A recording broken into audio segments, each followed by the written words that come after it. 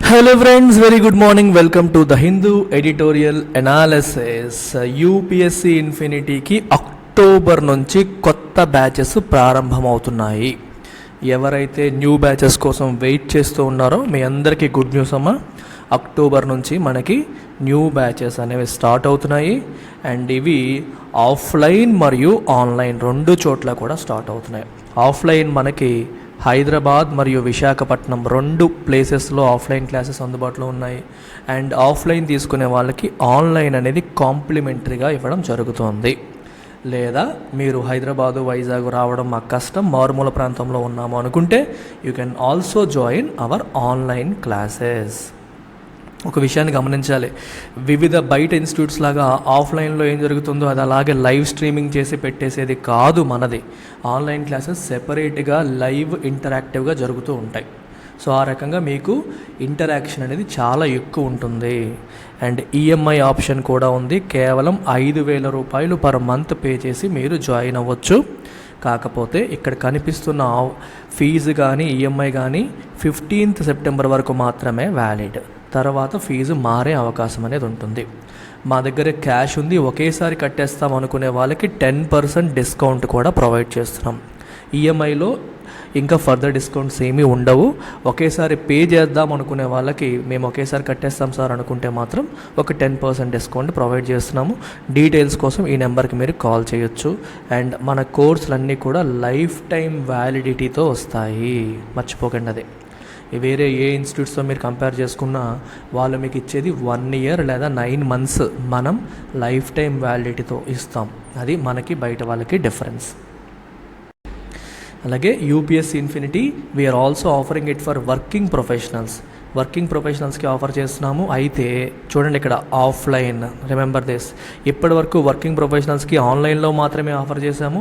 ఇప్పుడు weekend batches కూడా start చేస్తాం. హైదరాబాద్ మరియు విశాఖపట్నంలో వీఆర్ స్టార్టింగ్ వీకెండ్ బ్యాచెస్. అంటే మీకు సండే పూట కూడా క్లాసెస్ ఉంటాయి. మీరు రిమైనింగ్ డేస్ మీరు ఆన్లైన్లో చూసుకోవచ్చు. ఆన్లైన్ యాక్సెస్ కూడా ఫ్రీగా వస్తుంది. And Sundays you can come to institute and attend the classes. Saturday కూడా అటెండ్ అవ్వగలిగితే 2 రోజులకి ఛాన్స్ ఇస్తాను. ఓన్లీ సండే వద్దామనుకునే వాళ్ళు సండే మీరు రావచ్చు. దీనికి ఫీజు మీరు 70,000, EMI 5,000 rupees per month.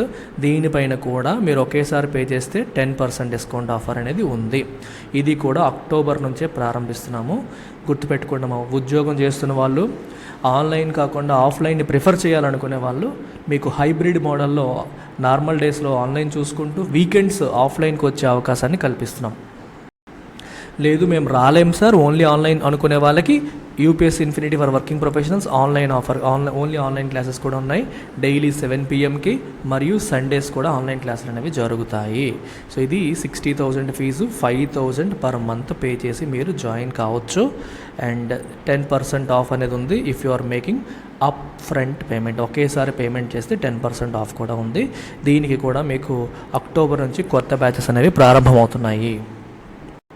Similarly, we have UPSC optionals, public administration, political science, sociology. ఈ మూడింట్లో కూడా క్రిటికల్ ఆస్పెక్ట్స్ అన్నీ కూడా నేనే స్వయంగా టీచ్ చేస్తాను. And we also have anthropology and Telugu literature.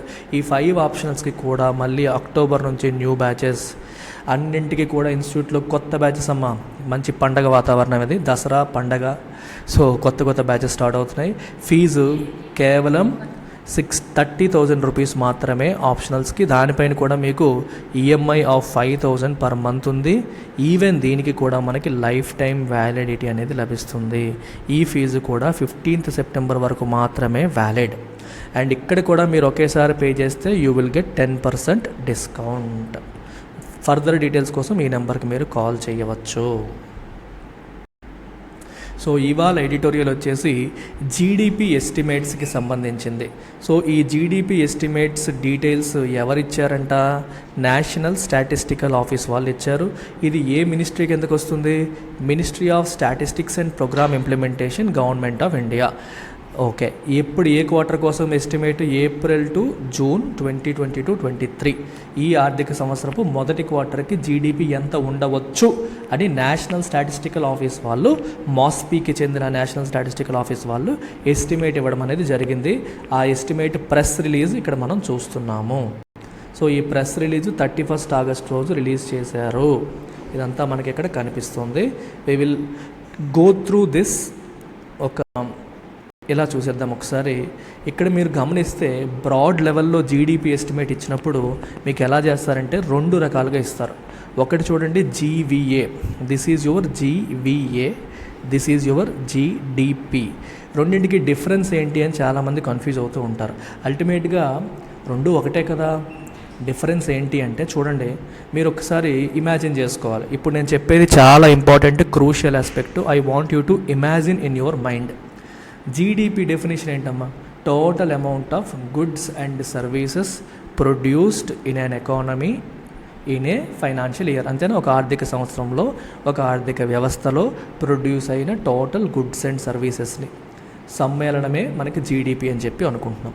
అయితే ఇప్పుడు మీరు ఇమాజిన్ చేయండి, ఇది ఒక దేశం అనుకోండి. ఈ దేశంలో ప్రొడ్యూస్ అయిన టోటల్ గుడ్స్ అండ్ సర్వీసెస్ని మనం కౌంట్ చేయాలి. కౌంట్ చేస్తేనే కదా మనకి నేషనల్ ఇన్కమ్ ఎంతో తెలుస్తుంది.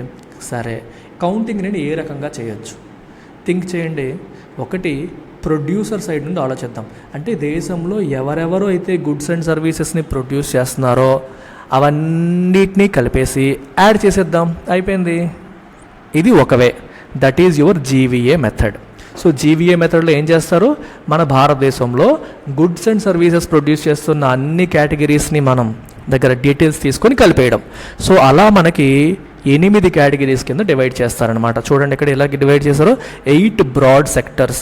అగ్రికల్చరు, ఫారెస్ట్రీ, ఫిషింగ్ వాళ్ళు ఎంత ప్రొడ్యూస్ చేశారు, మైనింగ్ అండ్ క్వారీయింగ్ అక్కడి నుంచి ఎంత ప్రొడ్యూస్ అయింది, మ్యానుఫ్యాక్చరింగ్ సెగ్మెంట్ నుంచి ఎంత వచ్చింది, electricity, gas, water supply, other utility services, ఇలా 8 సెక్టార్స్ నుంచి ఎంతెంత ప్రొడ్యూస్ అయింది అనేది మొత్తం కలిపితే వచ్చేదాన్ని మనం జీవీఏ అంటాం. గ్రాస్ వాల్యూ యాడెడ్ అని చెప్పి అంటాం. సో ఇది ప్రొడక్షన్ సైడ్ నుంచి క్యాలిక్యులేట్ చేస్తే వీ కాల్ ఇట్ జీవీఏ. అలా కాకుండా మీరు కన్జంప్షన్ సైడ్, సరే ఈ ప్రొడ్యూస్ అయినవన్నీ ఎవడో ఒకటి కొంటున్నాడు కదా, కొని కన్జ్యూమ్ చేస్తున్నారు కదా. So instead of looking at the production side, let's look at the consumption side. A segment ఏమేమి కొంటుంది అనేది చూసుకొని, అంటే కన్జ్యూమర్స్ అందరినీ, కన్జంప్షన్ని మనం డిఫరెంట్ సెగ్మెంట్స్ కింద డివైడ్ చేసి ఎవరెవరు ఎంతెంత కన్జ్యూమ్ చేస్తున్నారో చూసుకొని కలిపేసామనుకోండి, అది జీడిపి అవుతుంది. మీకు అర్థమవుతుందా? కన్జంప్షన్ సైడ్ నుండి క్యాలిక్యులేట్ చేస్తే జీడిపి, ప్రొడక్షన్ సైడ్ నుండి క్యాలిక్యులేట్ చేస్తే జీవీఏ. అయితే డిఫరెన్స్ ఎక్కడ వస్తుంది అంటే, జీవీఏ క్యాలిక్యులేట్ చేసినప్పుడు ట్యాక్స్లు కలవట్లా. ఎందుకంటే కన్జంప్షన్ సైడ్ చూసినప్పుడు నువ్వు కన్జ్యూమర్ ఏం చేస్తాడు, ట్యాక్స్ కూడా కట్టి, ఒక వస్తువుని దానికి అడిషనల్గా ట్యాక్స్ కట్టి కొనుక్కుంటాడు. సో జీవీఏకి ట్యాక్స్లు కలిపి, ఒకవేళ గవర్నమెంట్ ఏమైనా సబ్సిడీలు ఇస్తే దాన్ని తీసేస్తే జీడిపి వస్తుంది. సో జీడిపి సింపుల్ టర్మ్స్లో రాయాలంటే మీకు జీవీఏ ప్లస్ ఒక వస్తువు, కార్ ప్రొడ్యూస్ చేశారు, ఆ కారు మీద గవర్నమెంట్ ట్యాక్స్లు వేస్తే ట్యాక్స్లు కలిపి మనం కడతాము. ఒకవేళ గవర్నమెంట్ దాని మీద సబ్సిడీ ఇచ్చిందనుకోండి, దాన్ని తీసేయాలి. సబ్సిడీ ఏమవుతుంది? తగ్గుతుంది కదా మనకి. సో వస్తువు మీద, ఒకవేళ ల్యాప్టాప్స్ ఉన్నాయి, కొన్నిసార్లు ల్యాప్టాప్స్ మీద గవర్నమెంట్ సబ్సిడీ ఇస్తుంది, అంటే 10% గవర్నమెంట్ కట్టుకుంటుంది. సో కన్జ్యూమర్కి అది పడదు కదా. So you will remove it. Consumer pay చేసేది ఎంత? ఆ జీవీఏ ప్రొడక్షన్ కాస్ట్ అది ఏదైతే ఉందో అది, దానికి ట్యాక్స్లు కలిపేసి సబ్సిడీలు తీసేయాలి. ఇలా మనం చేయగా వచ్చేది జీడిపి అనమాట. So GDP includes taxes, but GVA doesn't include taxes. ఈ విషయాన్ని మీరు గమనించాలి. ఎందుకని? జీడిపి కన్జంప్షన్ సైడ్ నుంచి, కన్జ్యూమర్ సైడ్ నుంచి మనం ఆలోచిస్తున్నాం. కన్జ్యూమర్ ఎంత ఖర్చు పెట్టాడు అనేటప్పుడు అందులో ట్యాక్స్ కూడా కలిపేసి ఉంటుంది. సో దీంట్లో మీకు ప్రధానంగా కాంపోనెంట్స్, ఈ 3 కాంపోనెంట్స్ చూడండి ఒకసారి, చాలా చాలా important. PFCE, private final consumption expenditure. అంటే అర్థం ఏంటి? దేశంలో ఉన్న ప్రజలందరూ కూడా ఎంత ఖర్చు పెడుతున్నారు. Private final consumption expenditure, the amount of money spent by people of India. People of India ఎంత స్పెండ్ చేశారు, ఫ్రిడ్జ్ల కోసం, టీవీల కోసం, చదువు కోసం, దానికోసం మనం అందరం ఎంత ఖర్చు పెట్టాం. ఒకటి, మనం అందరం ఖర్చు పెడుతున్నామంటే అర్థం ఏంటి? If I'm buying a fridge, it means ఒక ఫ్రిడ్జ్ ఏంటి? గుడ్డే కదా. ఒక ప్రొడ్యూస్ అయిన గుడ్ని మనం కన్జ్యూమ్ చేసుకుంటున్నాం. సో ఈ రకంగా మన భారతదేశపు ప్రజలు, పీపుల్ కన్జ్యూమ్ చేసిందంతా కలిపి పిఎఫ్సిఈలోకి వచ్చేస్తుంది. అలాగే గవర్నమెంట్ కూడా ఖర్చు పెడుతుంది. గవర్నమెంట్ ఫైనల్ కన్జంప్షన్ ఎక్స్పెండిచర్ ఏమో ఇక్కడ వస్తుంది. Next gross fixed capital formation. దీని అర్థం ఏంటంటే, కంపెనీస్ ఉంటాయి చూడండి, కార్పొరేట్ కంపెనీస్. ఈ కార్పొరేట్ కంపెనీస్ అన్నీ కూడా ఎంత ఖర్చు పెడుతున్నాయి.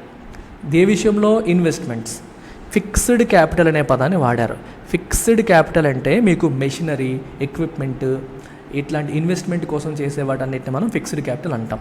అంటే కంపెనీస్ ఫర్దర్ ఇన్వెస్ట్మెంట్ కోసం ఏమేమి ఖర్చు పెడుతున్నాయి అనేది ఇక్కడ కౌంట్ అవుతుంది. మీకు అర్థమైందా? మీకు ఒక ఎగ్జాంపుల్ చెప్తాను. ఒక మెషినరీ ఉంది లేదా ఒక ఎక్విప్మెంట్ ఉంది. ఈ ఎక్విప్మెంట్ ఎవరు కొంటారు? ఇండస్ట్రీలు కొంటాయి. ఇండస్ట్రీలు వాళ్ళు ఫర్దర్ ఎక్స్పాన్షన్ కోసం కొంటారు. ఇది కామన్ మ్యాన్ కొంటాడా? కొండవు. కామన్ మ్యాన్కి ఎక్విప్మెంట్తో పని లేదు. అందుకని పిఎఫ్సిఈలో ఇలాంటివి కౌంట్ అవ్వట్లేదు. మరి ఇలాంటివి కౌంట్ అవ్వాలంటే మనం ఏం చూడాలి?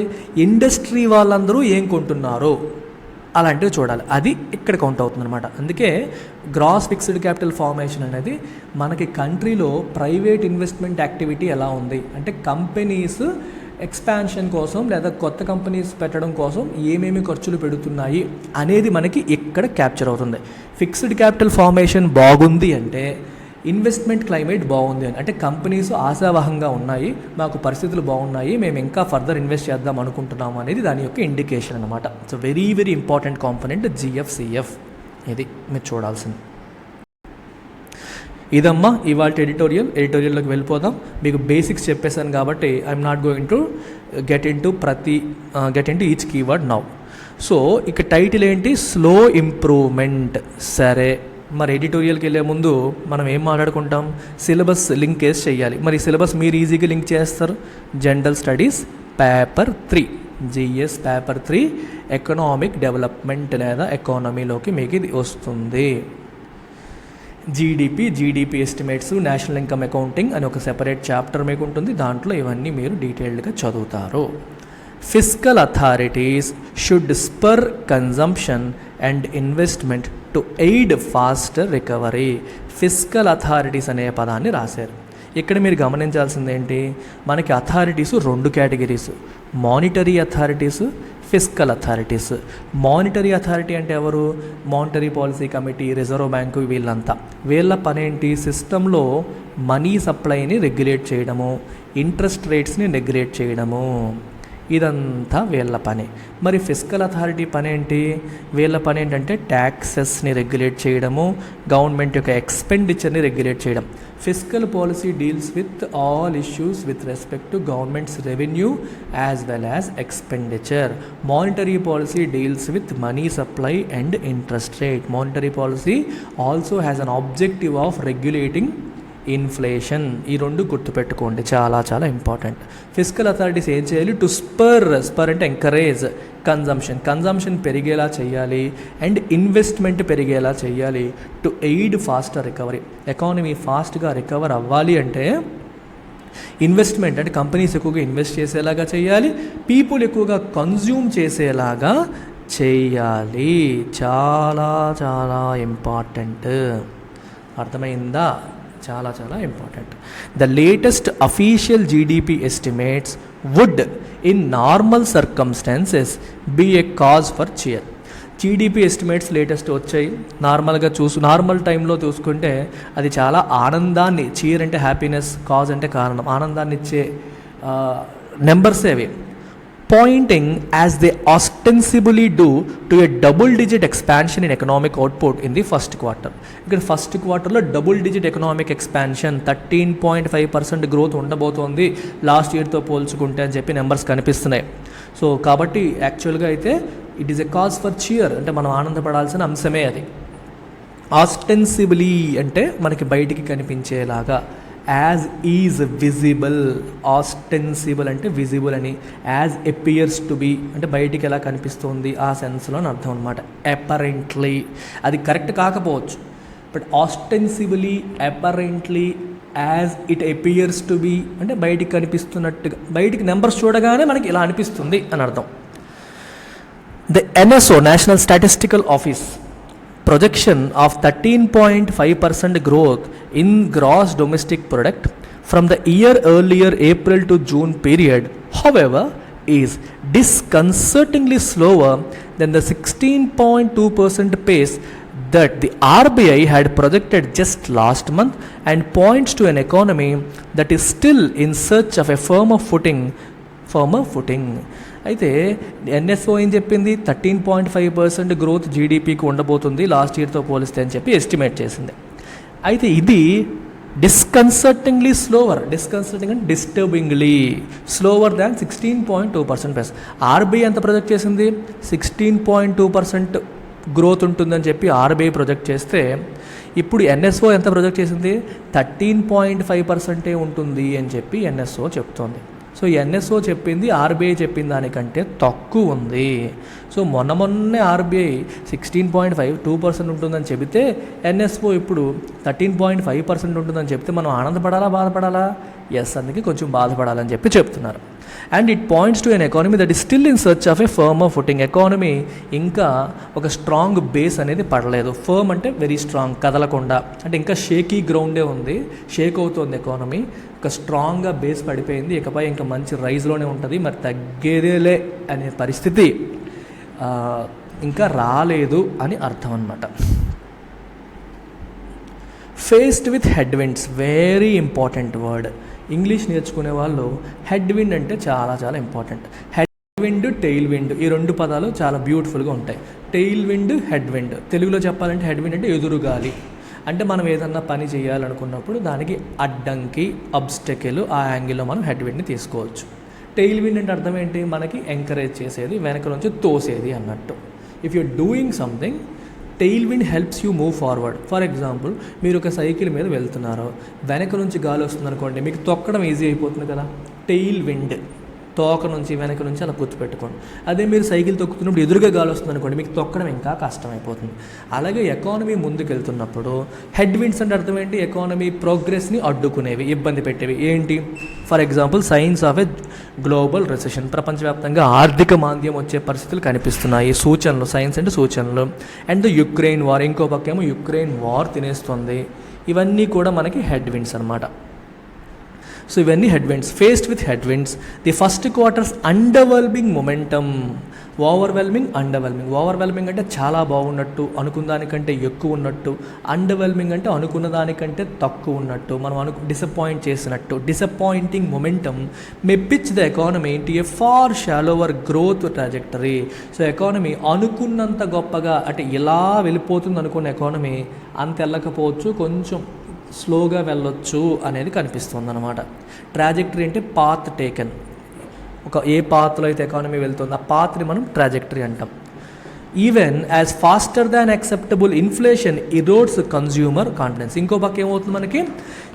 ఈ ఇన్ఫ్లేషన్ అనుకున్న దానికంటే ఎక్కువ ఉంటుంది, ఇది కన్జ్యూమర్ కాన్ఫిడెన్స్ని ఇరోడ్ అంటే కోతకి గురి చేయడము, కన్జ్యూమర్ కాన్ఫిడెన్స్ని దెబ్బతీయడం అని చెప్పి మనం అర్థం చేసుకోవచ్చు. Output in the 8 broad sectors, ఇందాక మనం చూసాం 8 బ్రాడ్ సెక్టర్స్ మీకు చూపించాను, that combine to provide the gross value added shows that while year on year all sectors expanded. Year on year sectors అన్నీ ఎక్స్పాండ్ అయినప్పటికీ, with public administration, defense and other services growing 26.3%, 6 of these sectors posted sequential contractions. Year on year చూసినప్పుడు అన్ని sectors expand అయ్యాయి. కాకపోతే when you look at quarter on quarter, last క్వార్టర్కి ఈ క్వార్టర్కి difference ఏంటి అని మీరు చూసినప్పుడు సీక్వెన్షియల్ కాంట్రాక్షన్స్ 6 సెక్టార్స్ చూపించాయి. అంటే 8 సెక్టార్స్లో 6 సెక్టార్స్ క్వార్టర్ ఆన్ క్వార్టర్, అంటే ఏప్రిల్ మే జూన్ గురించి మనం మాట్లాడుతున్నాం కదా, జాన్ ఫెబ్ మార్చ్ క్వార్టర్తో పోల్చుకుంటే ఏప్రిల్ మే జూన్ క్వార్టర్లో తగ్గాయంట. 2 సెక్టార్స్ మాత్రమే, ఓన్లీ 2 సర్వీస్ సెక్టార్స్. ఏంటవి? Electricity, gas, water and other utility services, financial and professional services. ఈ 2 మాత్రమే they logged expansions from Jan to March quarter, growing by 12.6% and 23.7% respectively. ఈ 2 మాత్రమే పెరిగాయి, remaining పెరగలేదు. The major employment providing sectors of agriculture, manufacturing, construction and the contact intensive trade, hotels and transport services sector suffered quarter on quarter contractions of 13.3%, 10.5%, 12.3%, 24.6% respectively. ఎక్కువగా employment provide చేసే agriculture sector, manufacturing sector, construction sector, అలాగే contact intensive అంటే ఎక్కువగా contact అంటే చూడండి hotel కానీ transport కానీ ఒకరితో ఒకటి టచ్ చేసే అవకాశం కాంటాక్ట్ ఎక్కువ ఉంటుంది అందులో. వాటిల్లో క్వార్టర్ ఆన్ క్వార్టర్ కాంట్రాక్షన్స్ అనేవి కనిపించాయి. ఓకే, ఇప్పుడు మనం చూసిందంతా ఏంటి? జీవీఏ, ప్రొడక్షన్ సైడ్ లేదా సప్లై సైడ్ ఇలా కూడా అనొచ్చు. సప్లై సైడ్ మనం చూసాం. Now let's look at consumption side or demand side. Demand side అంటే ఏంటి మనకి? GDP side. ఇది చూస్తే the demand side has flattered to deceive. Flattered to deceive అంటే అర్థం ఏంటంటే appear promising but ultimately disappoint. మీకు ఎగ్జాంపుల్ చెప్తాను. విరాట్ కోహ్లీ వచ్చాడు. విరాట్ కోహ్లీ ఎప్పుడు మనకి ఫామ్లోకి వచ్చేస్తాడని వెయిట్ చేస్తూ ఉన్నాము. రాగానే 2 6లు కొట్టాడు, నెక్స్ట్ ఓవర్లో 2 4లు కొట్టాడు, చెత్త కొట్టేస్తున్నాడు, ప్రామిసింగ్ ఉన్నాడు, కొడేస్తాడు రా బాబు అనుకున్నాం. ఆ నెక్స్ట్ ఓవర్లో అవుట్ అయిపోయాడు. దీన్నే ఫ్లాటర్డ్ టు డిసీవ్ అంటాం. అంటే ఎపియర్ క్వైట్ ప్రామిసింగ్, మంచి టచ్లోకి వచ్చాడు, మంచి షాట్లు కొడుతున్నాడు అనుకునే లోపే చివరికి డిసప్పాయింట్ చేయడం, అలాగనమాట. సో చూడగానే సూపర్ నెంబర్స్ ఉన్నాయి అనిపిస్తుంది, కొంచెం లోతుకి వెళ్ళేసరికి అంతేం లేదు అనిపించడం. ఇది ఫ్లాటర్డ్ టు డిసీవ్ అంటే మీనింగ్ అది. ప్రైవేట్ ఫైనల్ కన్జంప్షన్ ఎక్స్పెండిచర్ మీకు చెప్పేసాను already. Private final consumption expenditure అంటే ఏంటి? పీపుల్ ఆఫ్ ఇండియా ఎంత ఖర్చు పెడుతున్నారో అది. The essential bulwark of the economy. So ఎందుకంటే జీడిపిలో 50% పైన మనకి ప్రైవేట్ ఫైనల్ కన్జంప్షన్ ఎక్స్పెండిచరే. పీపుల్ ఆఫ్ ఇండియా ఏదైతే ఖర్చు పెడతారో, కన్జ్యూమ్ చేస్తారో అదే main aspect of the GDP. 50% పైన అదే ఉంటుంది. అందుకే ఎసెన్షియల్ బుల్వార్క్ అన్నది. బుల్వార్క్ అంటే డిఫెన్సివ్ వాల్ అనమాట. సో ఇది appear to have revived with year on year expansion of 25.9%. Last ఇయర్తో పోలిస్తే 25.9% పెరిగింది. Lifting it share in the GDP to just shy of 60%. జీడిపిలో దాని యొక్క భాగం ఆల్మోస్ట్ 60%, జస్ట్ షై ఆఫ్ అంటే కొంచెం తక్కువ అని, 60% కొంచెం తక్కువ వరకు వచ్చేసింది. హౌవెవర్ వెన్ వ్యూడ్ సీక్వెన్షియల్లీ, మీరు సీక్వెన్షియల్గా చూసినప్పుడు అంటే క్వార్టర్ ఆన్ క్వార్టర్ చూసినప్పుడు, అంటే లాస్ట్ ఇయర్ ఏప్రిల్ మే జూన్తో పోలిస్తే ఇయర్ ఆన్ ఇయర్, ఈ సంవత్సరం జాన్ ఫెబ్ మార్చ్తో పోలిస్తే quarter on quarter. When viewed sequentially the estimated 22.08 lakh crore of private final consumption spending in April-June 2022 was a not insignificant 54,000 crore or 2.4% less than what was spent in the preceding quarter. చూసారా, not insignificant అన్నారు, 2 కొట్టేయండి. So was a significant అంటే 54,000 crores తక్కువ అంట last క్వార్టర్తో పోలిస్తే. అది significant నెంబరేగా? Yes. Last క్వార్టర్తో పోలిస్తే 54,000 crores spending అనేది తగ్గిపోయింది ఏప్రిల్ మే జూన్లో అని చెప్తున్నారు. And both government spending which is GFCE, government final consumption expenditure, and gross fixed capital formation GFCF మూడోది, ఈ రెండు which is viewed as a proxy for private investment. చెప్పాను మీకు, ఫిక్స్డ్ క్యాపిటల్ ఫార్మేషనే మనకి ప్రైవేట్ ఇన్వెస్ట్మెంట్ ఎంత ఉందనేది తెలియజేస్తుంది. ష్రాంక్ క్వార్టర్ ఆన్ క్వార్టర్, ఈ రెండు కూడా లాస్ట్ క్వార్టర్తో పోలిస్తే 10.4%, 6.8% పడిపోయాయి. Undermining overall output. ఒక్క పిఎఫ్సిఈ మాత్రమే పెరిగింది. పిఎఫ్సిఈ అది కూడా ఎలా పెరిగింది మనకి? ఇయర్ ఆన్ ఇయర్ పెరిగింది, కానీ క్వార్టర్ ఆన్ క్వార్టర్ పిఎఫ్సిఈ కూడా తగ్గిపోయింది, జిఎఫ్సిఎఫ్ తగ్గిపోయింది, జిఎఫ్సిఈ కూడా తగ్గిపోయింది. సో ఓవరాల్ అవుట్పుట్ని అండర్మైన్ తగ్గించేలాగా అలా చేసేసింది. That GDP in fact contracted 9.6% sequentially. చూసారా, క్వార్టర్ ఆన్ క్వార్టర్ చూస్తే జీడిపి 9.6% కాంట్రాక్ట్ అయిందంట. ఇయర్ ఆన్ ఇయర్ ఏమో పెరిగింది, కానీ క్వార్టర్ ఆన్ క్వార్టర్ కాంట్రాక్ట్ అయింది. It should be a cause for concern. So మనం ఆందోళన చెందాల్సిన విషయం among policy makers. So policy makers దీన్ని చూసి ఆందోళన చెందాల్సిన విషయం, ఇది ఆనందపడే విషయం కాదు. క్వార్టర్ ఆన్ క్వార్టర్ చాలా ఎక్కువగా జీడిపి తగ్గిపోయింది, 9.6% తగ్గిపోయింది అని చెబుతున్నారనమాట. Now given that this year's monsoon has distributed rains in an erratic scattershot pattern, ఈ సంవత్సరం మాన్సూన్ రైన్స్ ఎలా ఉన్నాయంటే ఎరాటిక్గా ఉన్నాయి. అంటే ఒక ఆర్డర్లో పద్ధతిగా ఎప్పుడు ఉండేలా లేవు. కొన్ని చోట్లేమో ఫ్లడ్డింగ్ చూడండి, that has caused disruptive flooding in some parts. కొన్ని చోట్ల విపరీతమైన వర్షాలు పడిపోయి ఫ్లడ్స్ వచ్చేసి నార్మల్ లైఫ్ని డిస్రప్ట్ చేసే పరిస్థితి కనిపిస్తుంది. While leaving key paddy and pulses growing areas in northern and eastern India moisture deficient. ఇంకా కొన్ని ఏరియాస్ నార్దర్న్ అండ్ ఈస్టర్న్ ఇండియాలో pulses growing area, paddy growing ఏరియాస్లో మాయిశ్చర్ డెఫిషియంట్ అంటే అవసరమైనంత తేమ లేకపోవడం, అంటే వర్షాలు పడకపోవడం. కొన్ని చోట్ల వర్షాలు అస్సలు పడలేదు, ఇంకొన్ని చోట్ల విపరీతంగా పడిపోయాయి, ఫ్లడ్స్ వచ్చేసాయి అని చెప్తున్నారు. So both farm output and consumer spending in the rural hinterland are likely to take a hit.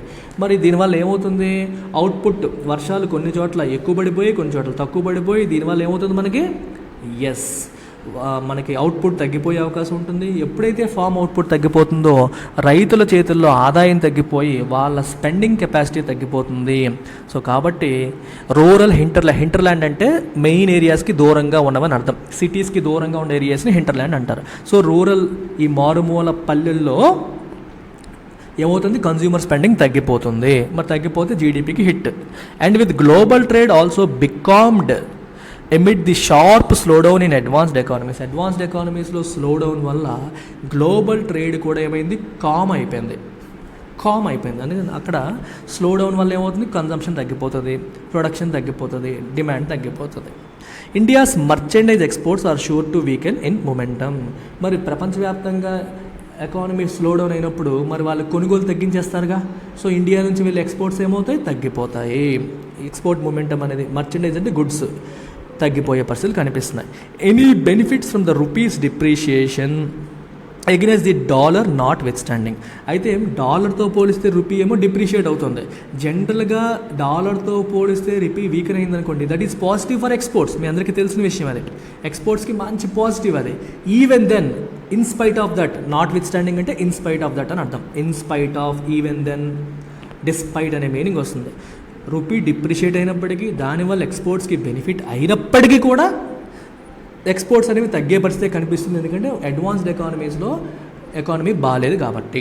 With the RBI needing to stay laser focused on taming inflation. ఇంకో పక్క ఆర్బీఐ ఏంటి, ఇన్ఫ్లేషన్ని టేమ్ అంటే control చేయడం, అదుపులోకి తీసుకురావడానికి laser ఫోకస్డ్గా ఉంటుంది. కాబట్టి మన ఆర్బీఐ నుంచి మనం ఏమీ ఎక్స్పెక్ట్ చేయలేము. ఆర్బీఐ నుంచి గ్రోత్ సపోర్టివ్ మెజర్స్ ఏమీ రావాలని ఎక్స్పెక్ట్ చేయకూడదు. ఎందుకంటే RBI is focused on controlling inflation. So the onus అంటే రెస్పాన్సిబిలిటీ, బాధ్యత is on fiscal authorities. RBI is monetary authority. So ఆర్బీఐని మరి కెలకొద్దు. ఇప్పుడు ఫిస్కల్ అథారిటీస్ అంటే government, finance ministry, government of India మాత్రమే బాధ్యత తీసుకొని కన్జంప్షన్ని స్పర్ చేసి ఇన్వెస్ట్మెంట్ని స్పర్ చేసేలాగా చూడాలి.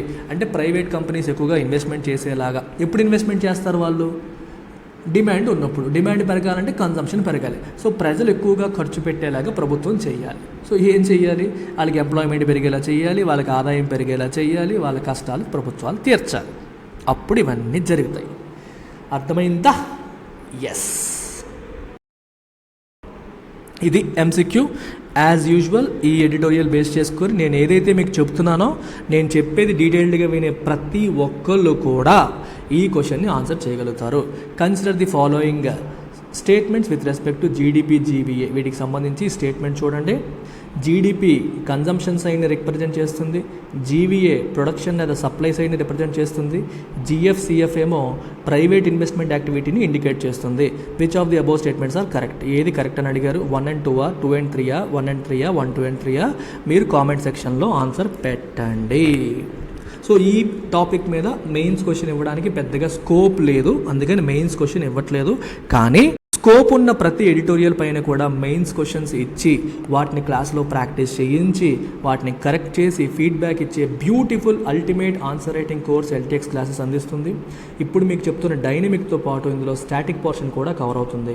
1250 marks essay paper, GS 1 to 4 మొత్తం అంతా కూడా కవర్ చేస్తూ మీకు ప్రతిదానికి ప్రీవియస్ ఇయర్ క్వశ్చన్స్కి అప్రోచ్ ఇస్తూ మీతో రాపిస్తూ కరెక్షన్ చేస్తూ ఫీడ్బ్యాక్ ఇస్తూ వెళ్ళే beautiful one and only ultimate answer writing course in the country. I'm extremely proud of this course. దీనికి కేవలం 10,000 రూపాయల ఫీజుకి అందిస్తున్నాం. ఇది మీరు కాంటాక్ట్ చేయాల్సిన number. And this comes with life time validity. That's it. Take care. By.